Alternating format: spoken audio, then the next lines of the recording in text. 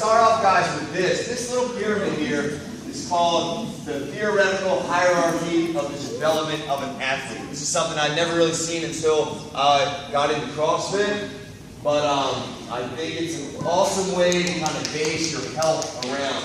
At the top of the pyramid, you have sport, which is like your games, your recreational activities, and the stuff some people might actually be training towards.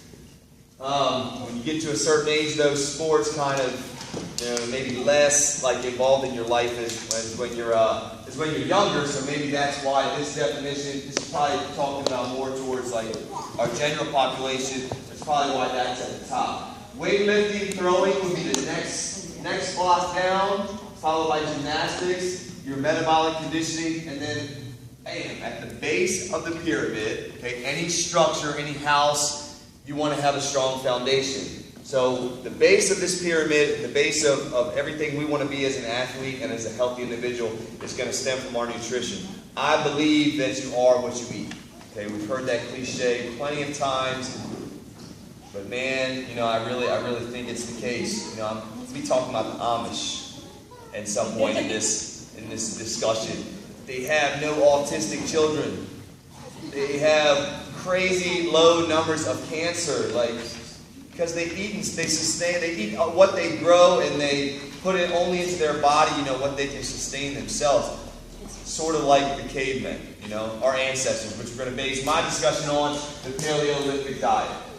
Okay, the paleo, you've probably heard it called paleo diet. That's one of the two different diets that kind of CrossFit prescribes. I had never heard about it until CrossFit, but through dabbling with it, and I hate to be that hypocritical guy. So I've never really played a strong role in our nutrition challenges before because I was never really gung-ho into a diet. But I think it was like the second or third week of this year's Open, and I stumbled upon this. This is interesting. I would not tell you to base your diet around this, but it was so interesting. The article I read that it had me kind of going into some Rob Wolf stuff and some paleo solution stuff, and I've been pretty darn, strict paleo for the past month or so, and I've noticed aesthetic changes, like lung changes in the workout really quick, and I'm now an advocate, and I think more than anything else, the information I've read on like chronic diseases down the road is what's even more important than anything aesthetic or CrossFit based thing. Anyway, let me get into it. First thing, food reactions. You guys ever have any negative reactions to food? Like Taco Bell. Okay. Taco Bell. What's your reaction to some Taco Bell? I'm not even going to go there. It's not good. Throw some examples out there. Headaches. Headaches, yes. After a lot of pasta, you get tired. Yeah. Fatigue, Bloating. sluggishness, the bloated feeling. I know, all these things. So what are some foods that do that for you? Dairy. Cake. Dairy. Cake. I Yeah. hate to admit it, I like it, but I don't feel so good Yeah. afterwards. Sugar. Yeah, sugar. Yeah. Sugar, yeah. Alcohol, For me, it's for sure pasta, eggs, not all dairy, but eggs do it for me, and now sugar a lot. For me, it's the same thing, and I even have the bloatedness, the trouble digesting food. It never really occurred to me that maybe that's my body telling me I don't want that. Maybe just my whole life I thought that was just a coincidence. Okay, I might have just ate a little bit too much of it, but I don't think so. I think your body is basically, it's an impulse reaction. It's telling you I don't want that. That's not helping me in any way, shape, or form. Listen to your body. Can we become kind of attuned to what our body's telling us? And then food reactions, you won't have those things if you're kind of applying this paleo diet to the way you eat, because it's the way we're kind of genetically predisposed to consume food. So far from my month or so strict, I have not had these things. One more thing for me, I thought I had an allergy problem. And I was on Allegra 1 to 2 pills a day for 2 or 3 years until I started doing CrossFit, exercising regularly, and kind of even just a little bit of this. Like I said, I wasn't strict paleo until just recently, but 3 or 4 years ago when I got into this and I just kind of started applying some of the stuff, I kicked that cold turkey, and I don't ever have allergy problems anymore. So there's no coincidence in my eyes for that. We want to talk about a mentality shift, guys. It's such a mentality shift. Food is not comfort. It shouldn't be a comforting thing. It shouldn't be a stress reliever. It should be food for fuel and, not survival, because we live in America and you're wealthy enough to pay for a CrossFit membership. So it's not a survival thing for you, but it should be. I'm looking at food as kind of fueling my day, kind of getting me from point A to point B in the best way possible. It's not my entertainment. Okay, it's not my entertainment. I want to read you just a short blurb from Rob Wolf, kind of what the paleo diet is. It says, the paleo diet is the healthiest way you can eat because it is the only nutritional approach that works with your genetics to help you stay lean, strong, and energetic. Research in biology, biochemistry, ophthalmology, dermatology, and many other disciplines indicate it is our modern diet full of refined foods, trans fats, and sugar that is at the root of degenerative diseases such as obesity, cancer, diabetes, heart disease, Parkinson's, Alzheimer's, depression, and infertility. I don't want to get that stuff. I don't want to get that stuff, and who's to say I still might, but I'm going to do my part to see that I don't get it. Okay? It's a mentality shift, guys. In layman's terms, CrossFit is paleo diet is defined by CrossFit as meats and vegetables, nuts and seeds, some fruit, little starch, and no sugar. That's the first sentence in world-class fitness in 100 words. And I saw that in the CrossFit Journal article way back when. It's called "What is Fitness?" But the second sentence is what we don't ever remember about that. The second sentence says, keep intake to levels that will support exercise but not body fat. Okay? So we know the meats, vegetables, nuts, and seeds and all that stuff, but are we engorging ourselves? And really, I think if we're being honest with ourselves and we're really following that first sentence, I don't think we're doing it. I don't think you can overeat when you eat that way. I really don't. You just feel satiated all the time. And we'll talk about palatability in a minute. Again, the paleo diet is called such because it's what our ancestors were thought to have eaten. Have you ever seen a fat caveman? Other than the cartoons and stuff. The guys, they woke up, each day and the food they caught or killed, that kind of fueled them along. They were living off the land, they were doing this and that, and their form of exercise was hunting that food. They all looked good. They were aesthetically pleasing, and I imagine if they didn't get eaten by a Tyrannosaurus Rex, they would have probably had a long lifespan. Okay, so paleo diet, when I think, I know a lot of us, we're not going to lie to ourselves. We're doing CrossFit because we want aesthetic gains. If I want something to aspire to, a paleo kind of a caveman type model would be that. But even more so than that, have you ever thought about using your imagination, kind of wrapping your mind around the fact that, okay, my eating today is going to be kind of linked towards my survival, or at least at nothing else, just what am I going to put in myself today to kind of fuel my performance? Just like the caveman, would. He's going to eat to sustain his, future hunting or to survive, And if you kind of wrap your mind around that, it makes it a little more fun and maybe a little more possible that we can eat in this way, this strict kind of paleo way. The takeaway from that part, again, guys, is food for fuel, not for comfort. The next part, palatability. What comes to mind when you think I can't eat just one? Potato chips. Pizza. Ice cream. Cookies. Pizza. Cake. This guy's got a problem here. It's multiple cakes. Yeah, and you know why? Food chemists know the inhibitors like in our brain that are going to go crazy when we eat these kind of things. When sugar and those ridiculous amount of the processed carbohydrate that comes through like the chips and stuff like that. Lisa, what did you see?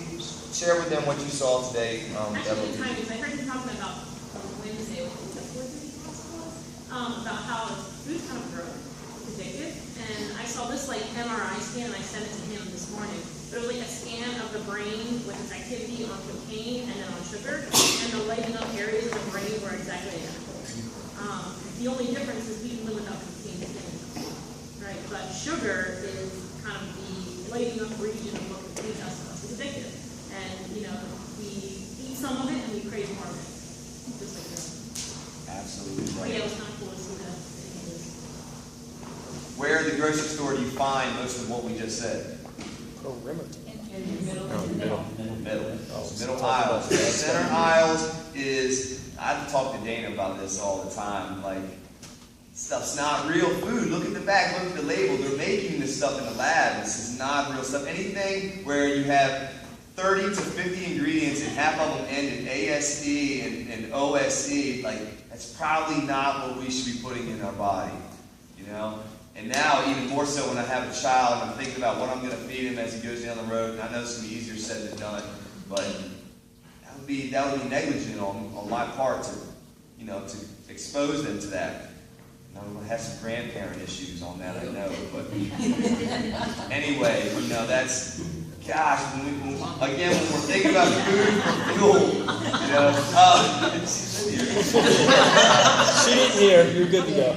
so avoid those center aisles. And here's when I was going to talk about the Amish. You know, I told one of my classes I taught recently this thing I read about, like, you know, they have such a zero autistic rate and like ridiculously low cancer rate in the Amish community. They don't take any vaccines, and they only eat what they grow and sustain themselves. It does not seem coincidental to me. So, I thought that was very interesting. And the last point for that palatability issue is you won't overeat on the paleo diet. So you won't have to worry about like counting calories and stuff like that. It's ridiculously hard to maintain. It doesn't make any sense anyhow, because how can a person gauge their caloric output? Who knows how to measure that? How do you know how many? Through a watt light, but how are you measuring how much calories you're? I'll cover that in my part of this. All right. But I think you should go at your part. But. No, it's okay. This is why, I mean, it's important to have more than just one perspective on things. But I'm going to talk science. So that palatability stuff, I'm thinking, you know, steak, as good as it is, it's going to be hard for me to overeat that. It's going to be hard for me to overeat like good fruits and veggies. It's just very difficult to overeat on this. So far from my experience, like I haven't had the urge to overeat. There's no binge kind of impulse. So I'm advocating it, man, and I love it. If you want to chat more specifically about it, I'm always free. Next part, grocery shopping. How do I do this logistically? Everybody thinks, and this is what was one of my detractors, especially when I was in college, the paleo diet costs too much. It doesn't when you're not wasting your money on all the other crap. When you're not wasting the money on everything in the center aisle, it doesn't cost as much. And when you're not being, when you're going into the grocery store with a plan, okay, it's very easy to buy too much of the perishable items and you end up throwing them out. And that's when it does get in the pockets. Okay, and it does become very expensive to try to eat like this. But when we're, again, you know, when I'm trying to eat for performance instead of comfort, I don't feel like it's going to be too expensive. I know for me, right now I'm a Sam's Club shopper, and this is my grocery shopping experience. I'll go into Sam's, and only when I need some of the Starbucks beans do I go in any aisle but over there towards the produce. And I'll beeline to that, and I'm going to give my specifically what I would do when I go to that grocery store. So I'm going in, and I do have a little bit of the dairy with mine. So I guess I'm not really strict paleo, but from my research with it, if you don't have an immunity, kind of like intolerance to that stuff, then it's not bad. Okay, your dairy, your cheeses, your milk. I'm course, like they're going to always advocate that it's coming from grass-fed sources. So me, I beeline to that dairy section. I get this heavy whipping cream creamer for my coffee. Coffee is one of the comfort foods we're going to talk about, but not when you're putting the coffee mate, the French vanilla in there. That's when it becomes not good for you at all. But I think it tastes great. You know, some quality coffee beans and that heavy whipping cream, which is basically just like an unrefined source of cream coming straight from the cow. That's how I do it. So I'll get that. I'll go right down and get the Horizon 3-pack, organic milk that goes in the cart. I'll turn it around. I'm grabbing a whole sleeve. They only sell them in the big bags of the sweet potatoes. Throw that in there. I'm usually going to grab a bag of the apples. That goes in there. A bag of the avocados, and like one of the big things is spinach. And and this is just my personal preference. Others may like some different things in that produce, but I'm only taking what I know that I'm going to eat every bit of. Because otherwise, it's going to become again just a waste of money, and I'm going to end up throwing it out. With those sweet potatoes, I'm going to foil them all up at some point, probably that same evening, throw them in the oven, bang. I have post-workout nutrition and or carbohydrate source for each one of my meals for like almost 3/4 of the week, if not the whole week. Again, the avocado, and we'll talk about the sample day, that's going to be a good source of your healthy fats, which is a big part of this paleo diet. If you're not getting enough of the healthy fats, you're not going to be satiated.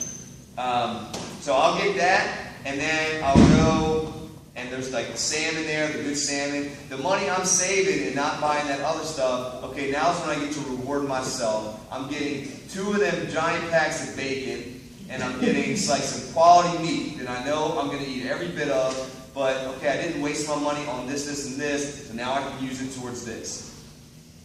And that's pretty much it. The only thing I can't really get at Sam's Club that I need for doing the paleo diet, just getting through it, is I need like some quality nut butter, because like that kind of consistency in my mouth does good for me. That I can't eat almonds and walnuts in the morning when I wake up. I don't want to do that, but I can definitely eat a couple spoonfuls of almond butter. So that is that's pretty much the only thing I'll have to go to another grocery store to get. Yeah. But if you don't have a Sam's Club membership and you go to a grocery store, you can do everything that I just said. You're staying on the perimeter. You're staying on the perimeter for the most part in your grocery stores. A sample day. A sample day for me consists of waking up on days that don't have to be here at 6 a.m. I have a little bit more time. Waking up, first thing I do, go right out to the kitchen. The skillet goes on the burner and it starts heating up, and I put every strip of this pack of bacon on it. And then just go ahead and sizzle that up. While that's going, I'm going to have an apple and a few scoops of almond butter to kind of tide me over until that's finished. Once that's finished, I'm probably killing almost half that pack that I've just made. Dana can eat, whatever she wants when she gets up. Just leave it out. And that's it. And I'm not hungry again. I'm not hungry again after that until, it's lunchtime at school, and I'm not really even hungry then. But at that point, I will eat my lunch the carbohydrate will change, but the protein, carbohydrate, and fat is going to be at that lunchtime meal at work. And the fat normally always is going to come from an avocado. This past week, again, we're talking about sample day, so we cooked this top round steak up Sunday night, cut that up into strips, had that in a Tupperware thing, so I would take like a good bit of that, and we talked about the spinach leaves. I would fill up one of those Pyrex dishes, fill it up with spinach leaves. I got my meat in the other, the avocado, throw that all together. That's a tasty little meal for me, and it's, again, leaves me satiated the entire afternoon. I don't even need a snack until I force feed myself an apple and some walnuts after I leave school. Normally hit up a workout here. I will take a milk with, I try to do a good protein powder, like a good source. You will break the bank by getting real quality protein, like that Stronger, Faster, Healthier stuff John Helton does. That's made from grass-fed whey protein, which that's awesome. But I got this carnivore stuff. It's called. It's supposed to be made from beef protein. I got that. So that's my post-workout. And then at night, again, we're doing a big meat dish. Tonight we're cooking up salmon, and Dana should be boiling up the sweet potatoes now. We'll have an avocado or just go heavy on the olive oil on the salmon. And that'll be the kind of the fat protein carb that we're trying to get through every meal. And that'll last me until maybe right before I go to bed. I take another giant scoop of almond butter and I'm good. I'm good to go. That's a sample a day for me, and that leaves me fine and not craving other stuff, and I can do that every day of the week. I'll be totally cool with it. And you as an athlete, that gives you a perfect knowledge. Feel fine. Yeah, feel good. Good to go. And that's literally what I do. So Can I ask? yeah. Whole milk. Yeah, slice it up and put it in with those spinach leaves and meat. Probably try to get a piece of meat and avocado on the same fork. Clean it up. Yeah, make sure you get them. They're right. If they're right, they get mushy and they kind of turn into like. But not too right. Yeah, you may have already mentioned this, and I might have missed it, but you want to avoid farm-raised fish.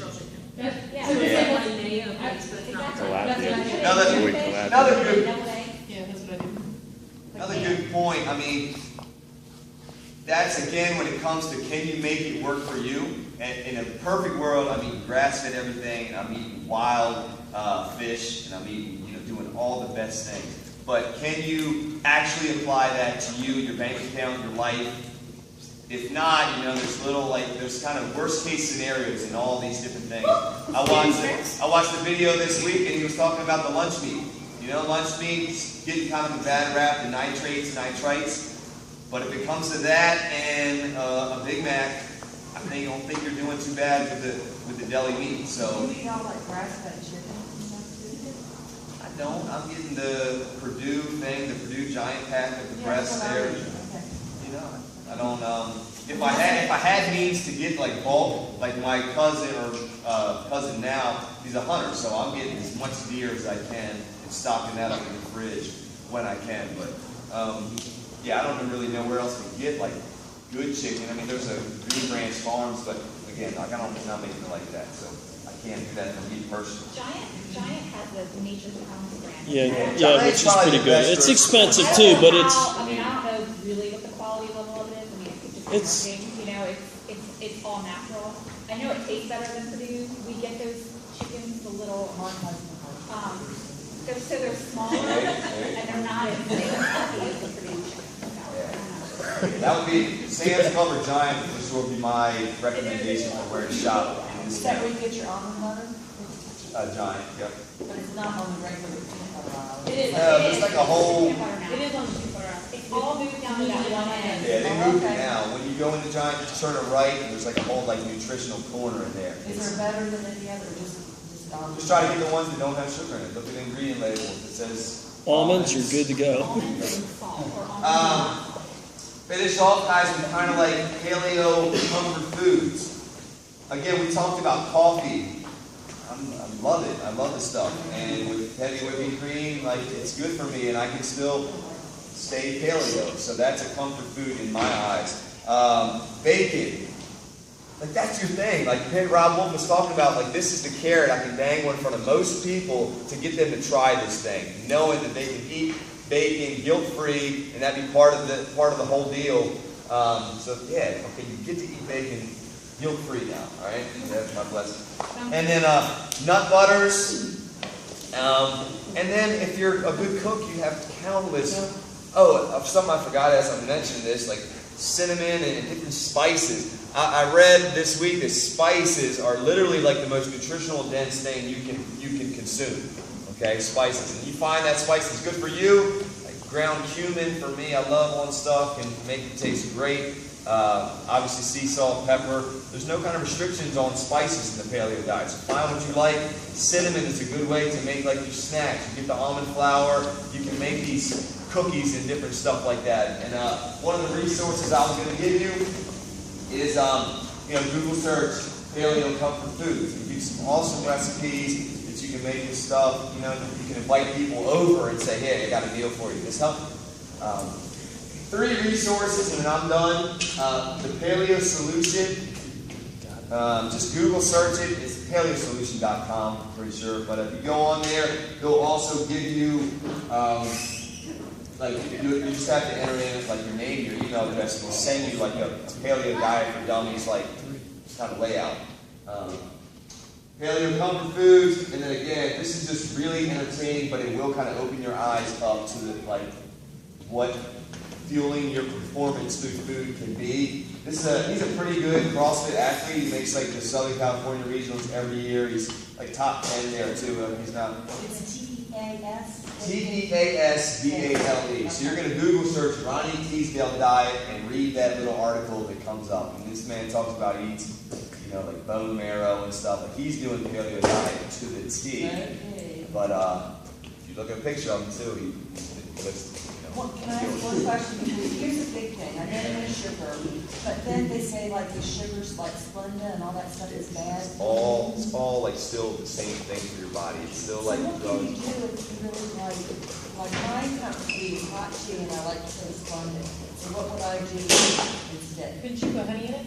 Or no? Honey would be more like a natural source or. I've got more on that. Yeah, too. That's what I do is raw honey. I've got more for that. Okay. Yeah. Good question. So hit me up after if you have specific stuff like that. But so that's my spiel, guys. Dr. Lisa Blaney. Not nutrition. So we clap? No. No clap. I think Adam made a lot of good points in the things that he was talking about. I think one thing to just piggyback off of that is I feel like a lot of people think carbs is the enemy. Simple carbohydrates is the enemy. And that's our sugar, that's our candy, that's our cookies, that's all that stuff. He talked about sweet potatoes. Okay, that's carbohydrate, but it's a quality source of carbohydrate. So I think it's important for us to remember as CrossFitters, we're doing high intensity work in here every single day. We do not burn fat when we're in high intensity. We burn carbohydrates. So if you're not eating carbs, you're not fueling yourself for energy and training in here. So I think that's one thing that I can tell you from an exercise physiology standpoint is we break down fats at rest and during low intensity work. We do not break down fat in high intensity training. Okay, we're using carbohydrates. So if you're not fueling yourself with carbs and you're eliminating all of your carbohydrates, you're going to have no energy whatsoever here. Your training sessions are going to be suffering, and that productivity and those PRs and feeling better about moving more weight and getting faster aren't going to be happening. So I think the type of carbohydrate you're eating is important to look at. Okay, so being informed, talk about food labels, read them. Okay, you can get a lot of information. Like you said, if you see thousands of ingredients in that product, it's processed. Okay, if you see enriched before the word flour, it's processed. Okay, and what they're doing is they're taking out all the good nutrients and they're putting it into increased shelf life. That's all it is, so that we're not wasting food that manufacturers are producing. So be informed when you're purchasing your foods, and I think the grocery kind of shopping thing is an important lesson you should take from here, is staying on that perimeter, because that's where the healthy, really natural foods are coming from. So my thing is more about behavioral change, because I think when we think about eating healthy, we have to remember that it is a change. Okay, eating poorly becomes ingrained in you, and it's a bad habit. All habits are hard to break. So I think one thing from the start is to realize if you're trying to eat a healthier diet, it's not going to be easy. Okay, so kind of behavioral change is the kind of focus of my lecture. But I think it is important to mention that eating poorly leads to a lot of health concerns, either currently or later down in life. So I think it's important for you personally to figure out why is it important to you to eat healthier. There has to be some sort of internal drive and some sort of reason that's going to motivate you to choose that fruit or that vegetable when you go to a restaurant over the French fries that normally come with that, grilled chicken or whatnot. Okay, so I think you have to figure out what is it for you. What's your blood pressure? Is your blood pressure high? Do you have high cholesterol? Is it to be around for your grandkids and whatnot?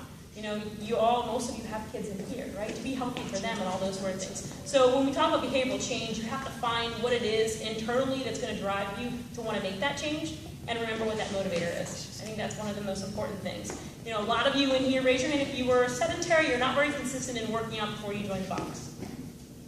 Some of you, okay? And a lot of you have become very consistent, right? That's a behavioral change, right? You were able to do that, so you should be able to change your diet to become healthier and kind of get away from those temptations and those cravings and those triggers that cause you to eat poorly.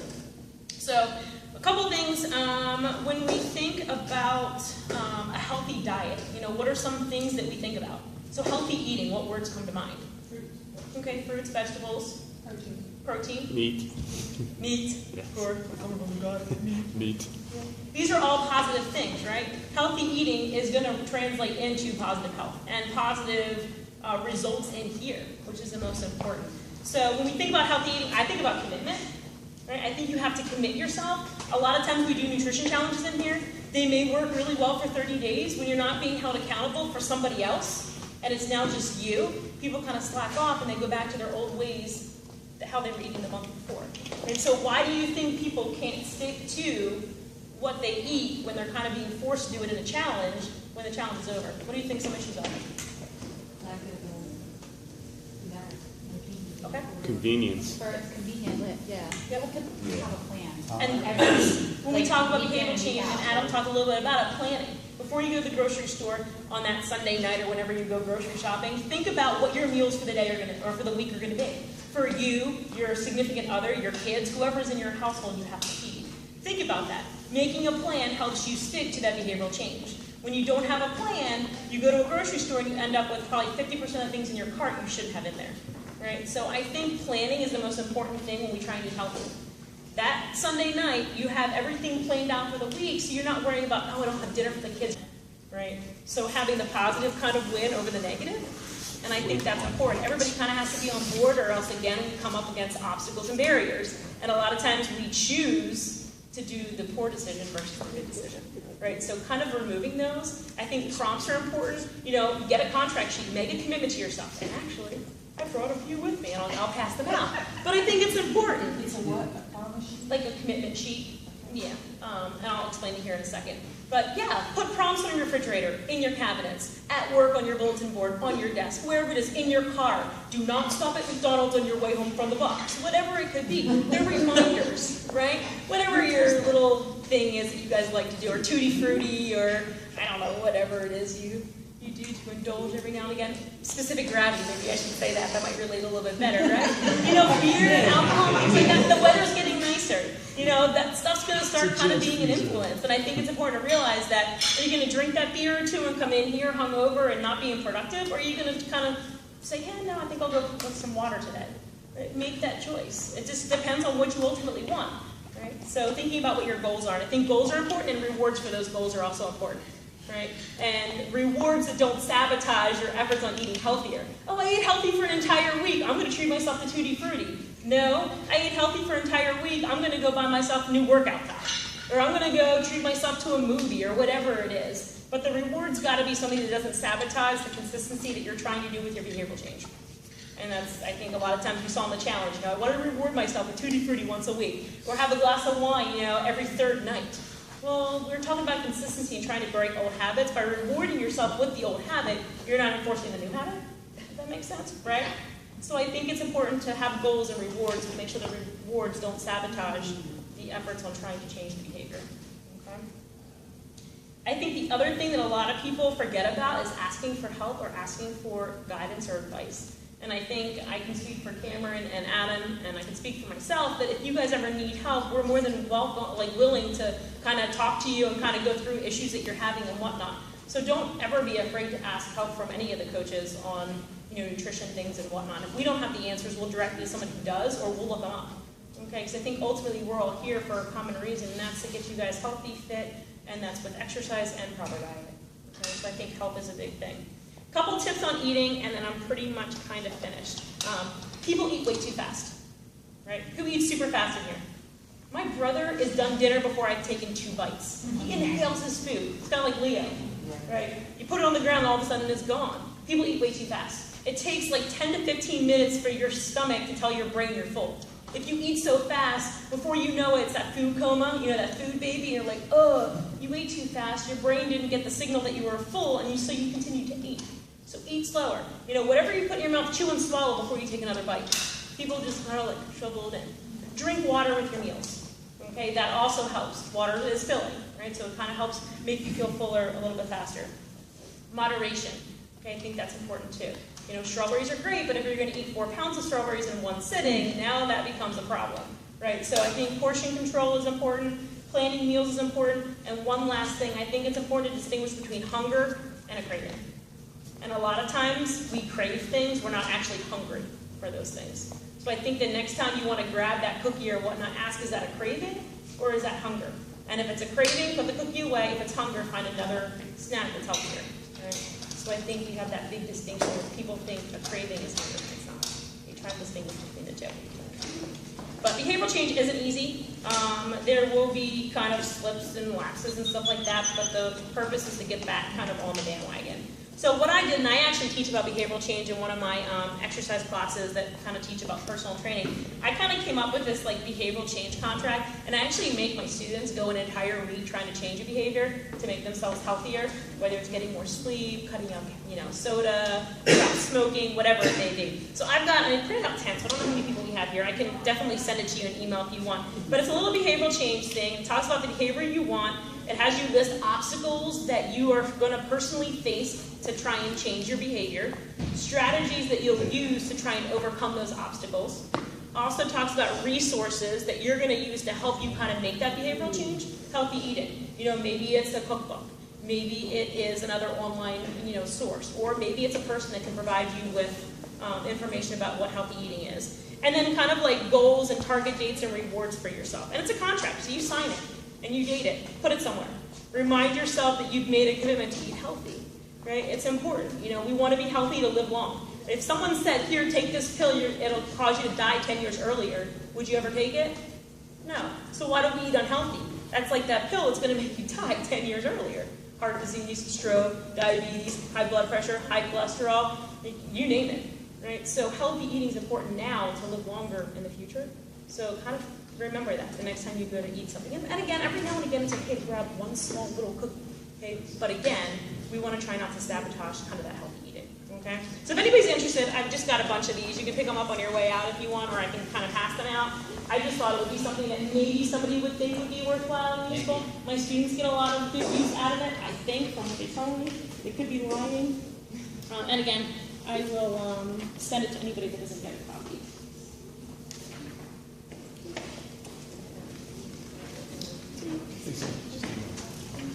Yeah, no? Not gonna share. You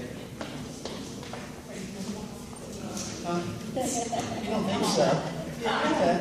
Don't tell them. Now, when you say, this sounds like you're just like picking one thing, like you're talking about healthy. Yeah, healthy eating in general. Yeah. So for my students, they could have picked anything. It didn't have to deal with nutrition. I just wanted them to try and find something that they did that was a poor habit and just try and improve their. It's actually fitness instruction. They actually learn how to personal train clients and personal training. Somebody who's been sedentary and whatever, there's always going to be that behavioral change of becoming active and regularly active. So I teach them all about behavioral change because most of their clients are going to go through that process. And it's a constant thing, guys. Trying to eat healthy, isn't it? It's a journey. It's not anything that you ever find that destination. It's constant. So that's another thing to think about too. It's forever. That's all I have. Thank you. We didn't clap for Adam, so we feel better. Cool, last but not least, this guy. A lot of the things that both Adam and Lisa said touch on exactly kind of what we're talking about. My little portion of this is directed to those people that have been doing CrossFit for a while, maybe eat paleo, maybe feel like they've been doing everything they need to do, but they still kind of want to figure out what more do I need to do to get better. We're going to briefly touch on some of the points that they also touched on, but we're also going to use those points to kind of span a little bit more into how to figure out how much to eat. Contrary to Adam, you can't overeat on paleo, okay? Listening to what he eats and knowing the activity level that he has and having seen the zone and done the zone, I can look at his meal in my head. I can imagine his Pyrex cup full of spinach. I can imagine his avocados, his sweet potatoes, his what sounds like a whole bunch of bacon in the morning. And I can kind of block that proportion out in my head. So we're going to talk about how that all works. For him, he's figured out exactly what he needs to eat on those days. How much steak is too much steak? How much fish is too much fish? How much chicken is too much chicken in terms of protein and carbohydrates? And he knows what he needs to eat because he's been experienced. He's been doing this for a while. So, with that being said, some of you can eat that little, some of you can't eat that much. So while I love the idea of this sample day, because it's an absolutely phenomenal way for you to figure out what do I need to do to eat. You can tell he's prepared, he knows what he wants to do, he's driven in his goals. That's one of the awesome things about being a partner with a guy like that, is he knows what he wants to do. He also is different from all of us. So this is how you figure out, how do I make my portion control, my calories, my protein, carbs, and fat work for me. World-class fitness, in 100 words, as you said, it always starts eat meat, vegetables, some fruit, little starch. Eat meat, vegetables, nuts and seeds, some fruit, little starch, and no sugar. That second part, keep the intake levels that will support exercise but not body fat, is the main thing that I'm talking about. The intake level. What's your daily prescription of food that you're gonna eat? Before we get into that, does anybody know what the deadly quartet is? Okay, back in '89, this guy named Mealey Kaplan wrote this massive peer-reviewed medical paper about how hyperinsulinism, which is kind of too much blood sugar or high blood sugar, is directly correlated with causing upper body obesity, a glucose intolerance, which is basically diabetes, hypoglycemia, and hypertension, which you know is high blood pressure and all that stuff. That's what they call the deadly quartet. You put all four of those things on one person, they're not going to last very long. So that is kind of where CrossFit finds its zone portioning thing from. CrossFit does not advocate the paleo diet. While we always talk about it because it's a fantastic way of kind of getting people to understand what they need to eat, this is what CrossFit says. And they actually advocate the zone diet. Because a lot of people, when they first come in, don't necessarily want to give up the grains, the dairy, the other things that they've normally been eating. Because there is a way to eat zone without eating paleo. There are unfavorable carbohydrates that I'll show you guys examples of them in a little bit, but there are also favorable carbohydrates. And what we want to focus on are the basic macronutrients, but before that, we want to talk about nutrient density. Okay, you want nutrient-dense foods. Does anybody have any idea what those foods are called?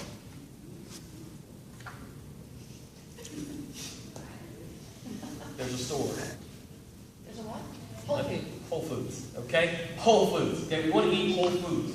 Whole foods are synergistic in their effect on your body, meaning they have enough of everything. If we know we need 3 macronutrients to survive, what we want to eat, what are they? Any idea? We need protein, we need carbs, and we need fat. Okay? So in your macronutrients versus micronutrients piece, the macro are the big 3. Okay? Your micros are all the other nutrients that you have. They are a lot, but it's not necessarily to put those basically into practice about how we go into the zone. The nutrient-dense foods, your whole foods, are both macro and micro. So if you think about eating those meat, vegetables, nuts, and seeds, some fruit, little starch, okay, those have enough of the necessary micronutrients that you need where there should be no excess supplementation. So you shouldn't feel like you need more vitamin D. You shouldn't feel like you need like some magnesium or anything like that. The only supplementation that CrossFit endorses is omega-3s. And we talk about omega-3s all the time. We have people that just came in and offered us omega-3s. Somebody took a whole bunch of them, and we talk about how balancing your omega-3s and your omega-6 is a lot better. I think I'm actually wearing the shirt today, so that's perfect. Moving forward, we'll talk about one block. Okay, so we know each meal needs to have a certain amount of proteins, carbohydrates, and fat. One block is the basis to build what you need to eat for a day. Okay, so we're talking about quantity. We've already talked about the quality of food. We know what we need to eat. Now, those intake levels that are going to support exercise but not body fat, how do we figure that out? Okay, the same way that we record our performance every single day in here, the same way we write down PRs, is sort of the same way we need to figure out how much do I need to eat. How much protein do I need to eat per meal? How much carbohydrates do I need to eat per meal? How much of that do I need to have to increase body fat or body weight, excuse me? How much do I need to reduce body fat, okay, or increase that lean muscle mass, okay? I don't know of anyone, with the exception of this young lady here, who should really be putting on any weight. Most of us want to decrease body fat. We've had that conversation ourselves. So, with one block, and this is a block, okay, even though I know it looks like a circle, but trust me, it's a block.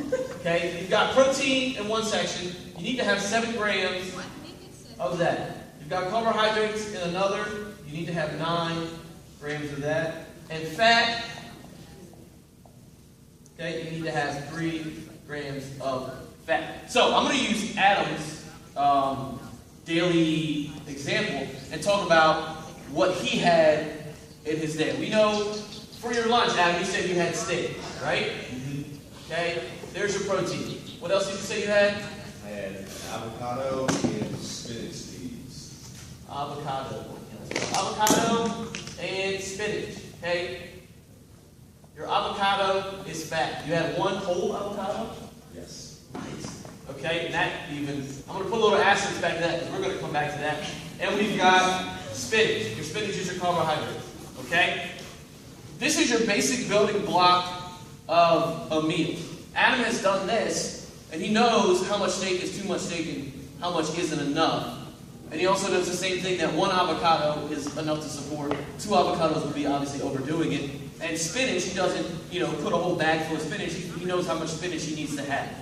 So Adam's figured out his zone proportions without the weighing and measuring. Everyone who doesn't have experience with it would most likely would benefit from weighing and measuring their food. Another example of 1 block would be 1 whole egg, 1 cup of strawberries,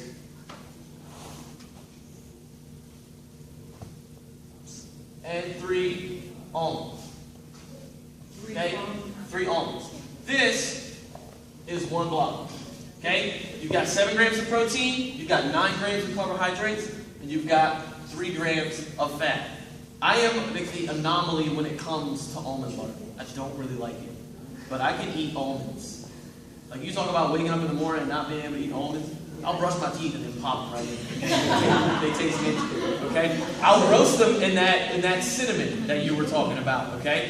That change it up a little bit of almond. We'll roast them, we'll eat them ourselves. My mom got me a bag of almonds for Christmas because she knows that can will kill almonds. The funny thing is, when I was a little kid, and this is actually embarrassing, World's Finest Chocolate Bars, I'm a fat kid, we used to sell them at school. I would eat all the chocolate ones, the plain ones, and then when I was out of those, I would go to the almonds. I was supposed to be selling these, so my mom would buy them all the time. I would go to the almond ones, but I didn't like almonds. So what I would do was take the almonds and just throw them.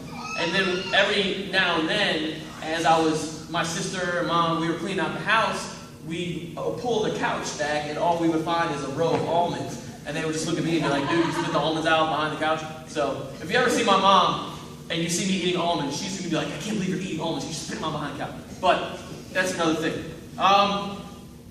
To figure out what you need, how much of a zone prescription you need per day, you've got to figure out a couple things. And I'll put your need to know here. Need to know. Okay? A regular guy, how much protein, carbohydrates, and fat am I supposed to have in a day? Here's what you need to know. I need to know what my body fat percentage is. Okay? With that, this is something that it's worth spending a little bit of money. If you're going to invest in your health, this is one of the things that is important. You can take one of those bio things or stand up. Okay, you can step on that bad boy, you can give you a number. You can go walk a lap around your house, step back on that thing, and it will give you somewhere that can deviate up to as much as like 12, especially if you're a female. Okay? So that isn't necessarily the most accurate way of measuring your body fat. Bod pods, hydrostatic weighing, skin calipers are some of the best ways to measure your body fat.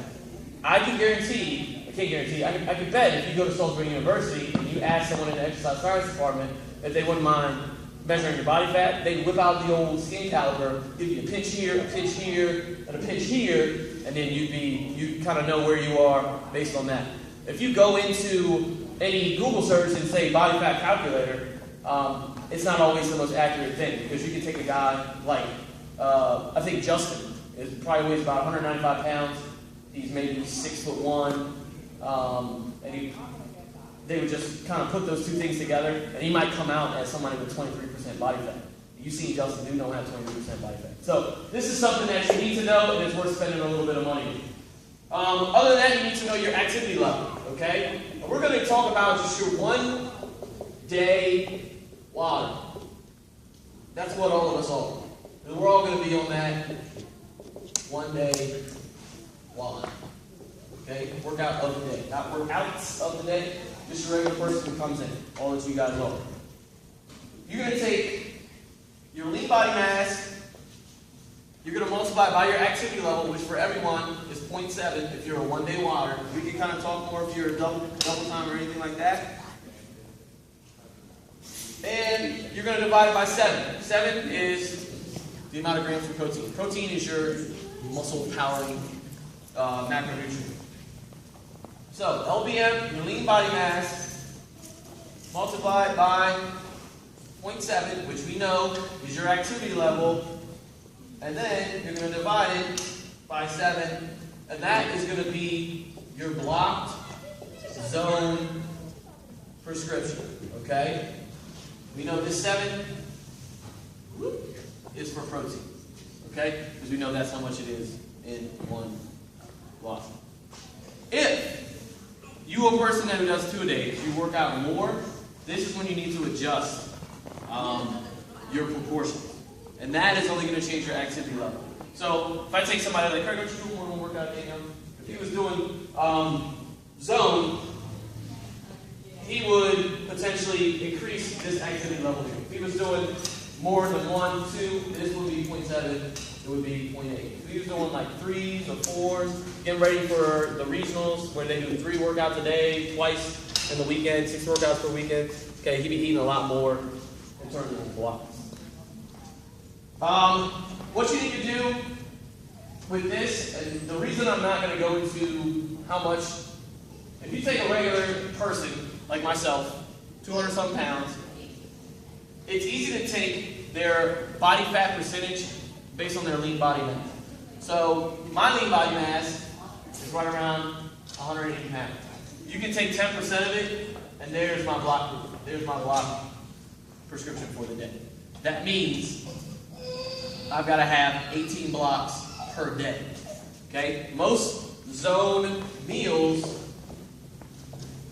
we talk about breakfast, snack, lunch, dinner, snack. Okay? 4, 12, 2, and 2. Okay? So this I need a 4-block meal. With this 4-block meal, how much protein is that? How many grams? 28. Okay, so I need 28 grams of protein. How much carbohydrates? 36. And 12. Okay, which just happens to be 13 almonds. But you don't know anything. You thought I've done that before? Alright? So, this, and almonds were my fat for whenever I did the zone. Now, what if you have some goals? One of your goals happens to be this fantastic one. Decreasing body fat. Okay? That's all we want. Okay? This is where it really start paying attention. This is where we make our money. If you want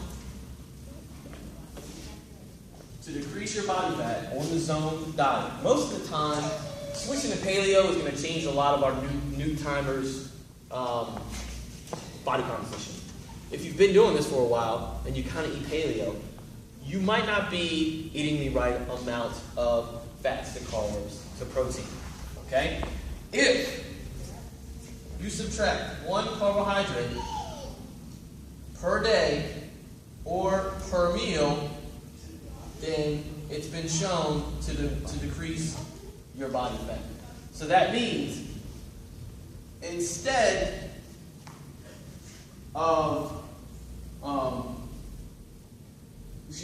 18 blocks of carbs per day, then I would just be a lower amount of carbohydrates.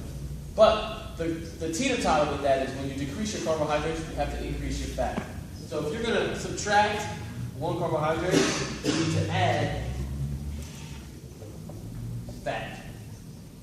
Okay? And that's where we go back to that little star that I had for Adam. Okay? His avocado, his fat intake, that's pretty high. One whole avocado based on your basic zone block calculation. He has the almond butter in the morning, which 1 or 2 slices is definitely enough. If he has heavy whipping cream in his coffee, he's also getting fat from that. Okay, so you put those 2 things together, that's probably enough to take him halfway through the day. He has that avocado, and then he chokes down, he says some walnuts and an apple. That tells me that his walnuts was enough for a dinner and a snack portion of fat, and that lunch portion of fat is probably a big thing that he has. You can eat an entire head of lettuce, iceberg lettuce, is 1 block. 1 block of carbohydrates. Okay? So imagine if you've got a 4-block meal, okay? And I just told you that 1 cup of strawberries is 1 block. So if you're a 4-blocker, if you're a guy who's 18 blocks per day, 4 blocks per meals, for breakfast, then that means I've got to eat, if I'm just being plain, 4 cups of strawberries to get where I need to be. Okay, that's a lot of strawberries. That's a lot of sugar. That's a lot of bumping of that insulin. So it's important for you to play around with those different things. This is the prescription. This is how you deviate from the zone diet to get where you need to be. With that being said, weight loss and performance are directly tied together. If you subtract that carbohydrates, you have to add that fat. If you don't, what you'll see is your performance will actually get a little bit worse. It's something that you have to be careful for. Other than that, the other thing I want to talk about before I get into paleo questions was energy and recovery. Your post-workout meal, this also goes back to his sample. Okay, your carbohydrates needs to be somewhere between 0.4 and 0.8 grams per kilogram of body weight. Now that's a lot of math. Oh, I should write it up. Your carbohydrates, I'll put it over here. Is that for the whole We're talking about post-workout. post-workout? Your post-workout meal, which for most of us, we want to make sure we get in that 30-minute window, needs to be 0.4 to 0.8 per kilogram of body weight. That's carbohydrates. Your protein needs to be 0.2 to 0.4 per kilogram of body weight. This is very specific. This is for your performance athlete. If you have somebody who is making it to regionals, who is hitting maybe 1 or 2 watts a day, who's killing themselves in the gym, this post-workout will optimize your energy and recovery. Okay? Which, as we know, is very important. Because if you've done any of the workouts in the past 2 weeks, I can guarantee you that your energy and your recovery have been taxed. Because they've been harder than probably some of the 2 weeks that we've had in the past.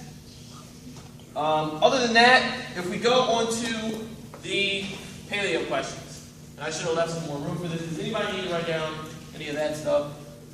If you ever need to talk about these type of things, if you need to figure out what your block prescription is, you can kind of tell there's a whole bunch of stuff going on in here. Grab me, we can talk about it. But instead of boring everyone, when we talk about paleo, and we talk about cheats, okay, there's 2 questions I want you to ask yourself. Okay? The first one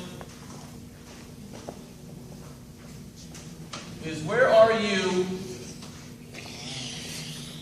relative to where you want to be?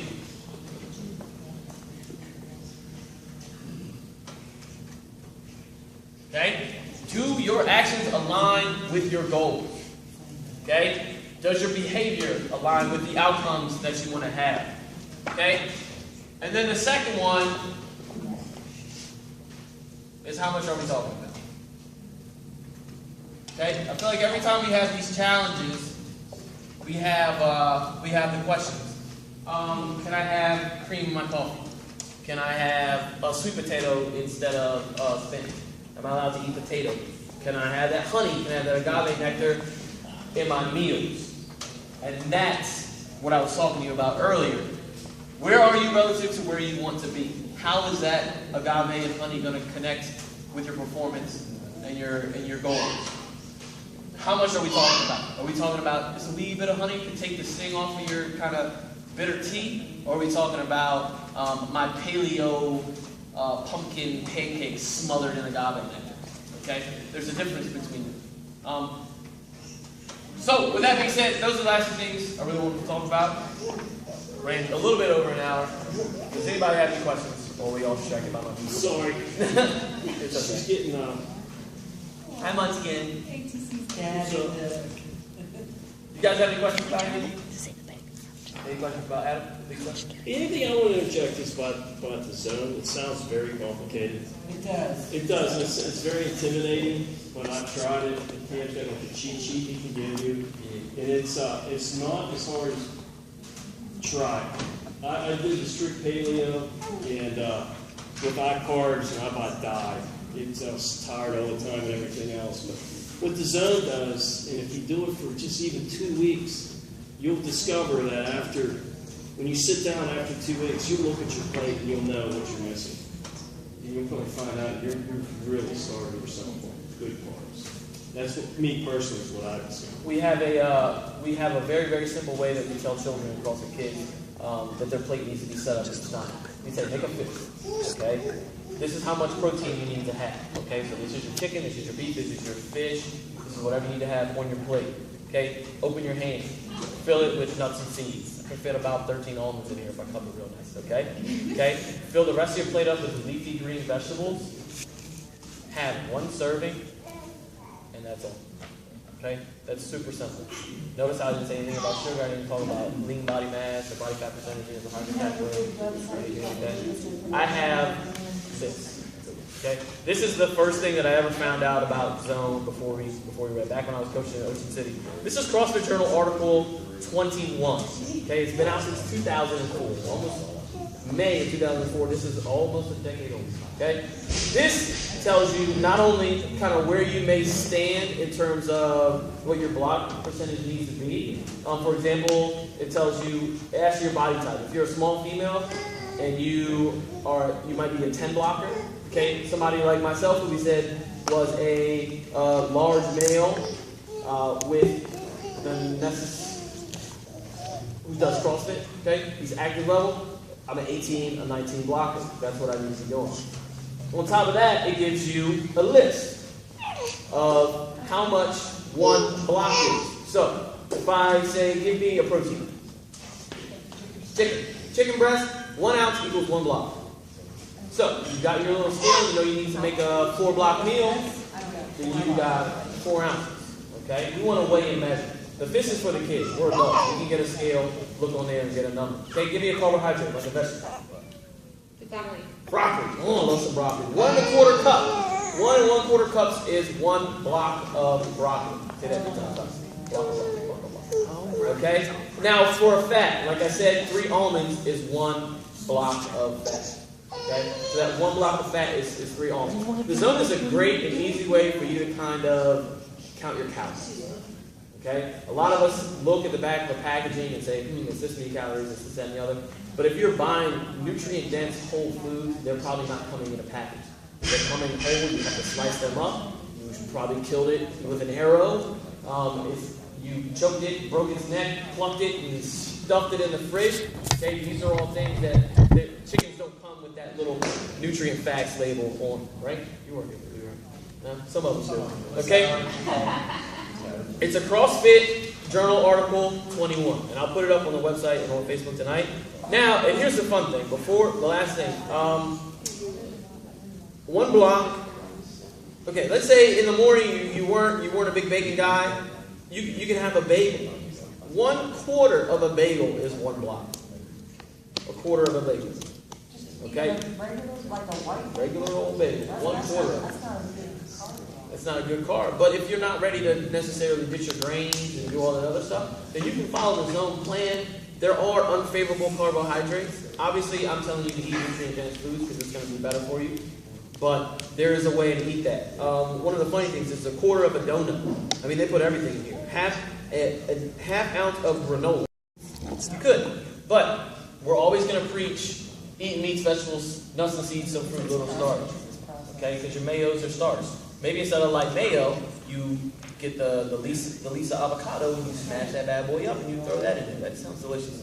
What all they were talking about was making me really hungry. Because I haven't eaten since lunch. So I am 4 blocks short right now. Okay? They have 2 block menus. They have 3 block menus. There's 4 block menus. This is very, very informative.